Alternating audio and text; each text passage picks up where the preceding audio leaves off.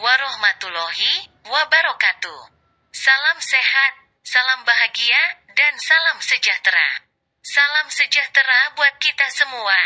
Bismillahirrohmanirrohim. Alhamdulillahirobbilalamin. Ashadu alla ilaha illallah wa ashadu anna Muhammadur Rasulullah. Allahumma sholli ala Sayyidina Muhammad wa ala ali Sayyidina Muhammad.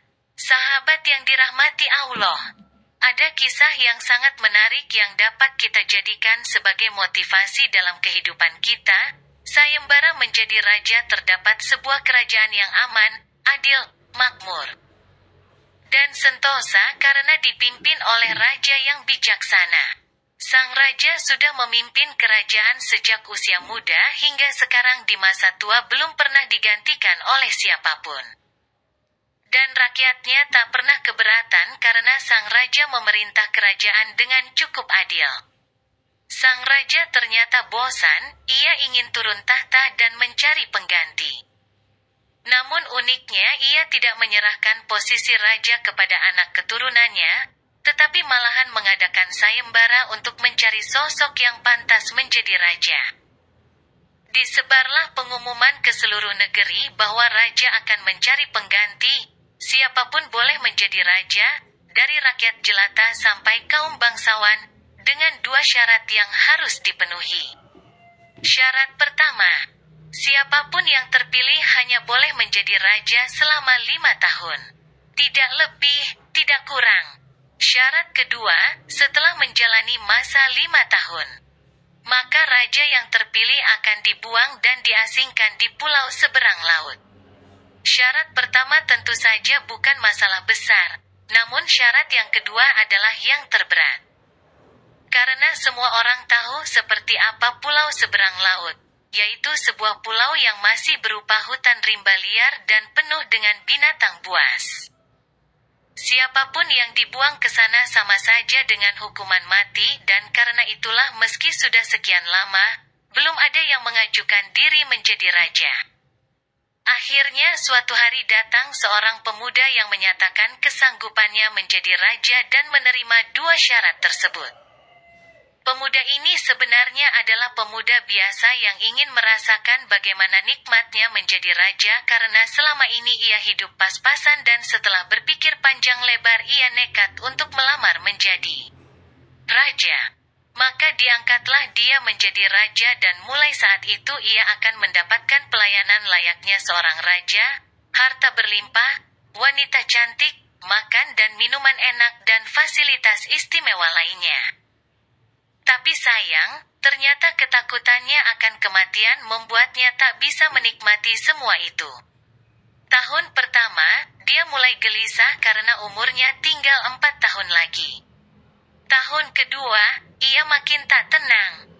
Makan tak enak, tidur tak nyenyak. Tahun ketiga, ia mulai menyesali keputusannya menjadi raja.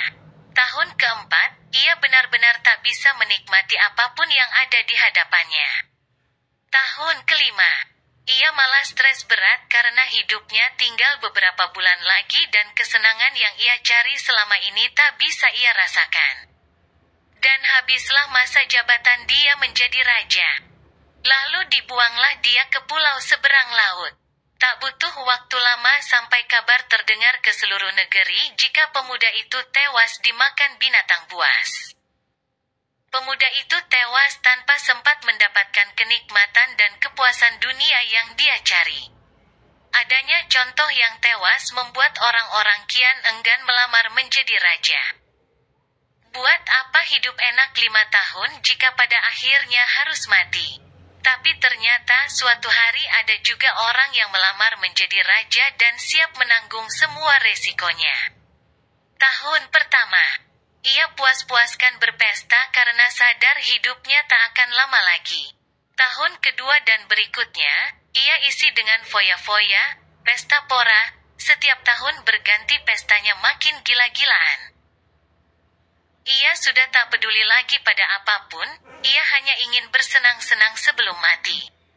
5 tahun berakhir, orang ini pun dibuang ke pulau seberang laut dan nasibnya sama dengan orang sebelumnya.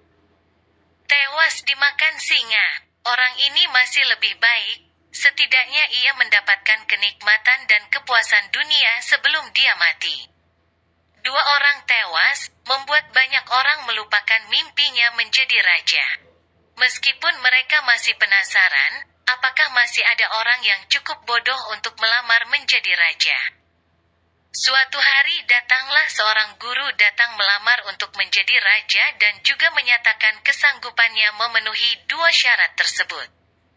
Mendengar ada yang melamar menjadi raja lagi membuat warga penasaran, sebagian menertawakan kebodohan guru tersebut sementara yang lain merasa iba dan kasihan padanya. Tetapi, keputusan sudah dibuat. Guru itu pun diangkat menjadi raja dan ia diberi segala kemewahan dan kemudahan serta fasilitas layaknya seorang raja. Ternyata berbeda dengan 2 orang sebelumnya, guru ini tidak berpesta pora dan foya-foya, ia tetap pada pola hidupnya semula yang sederhana. Namun ia membuat beberapa tindakan selama ia menjadi raja. Tahun pertama, ia kumpulkan seluruh pasukan kerajaan dan ia perintahkan pasukan itu pergi ke pulau seberang laut untuk membabat habis hutan rimba di sana dan memindahkan semua binatang di sana ke tempat lain.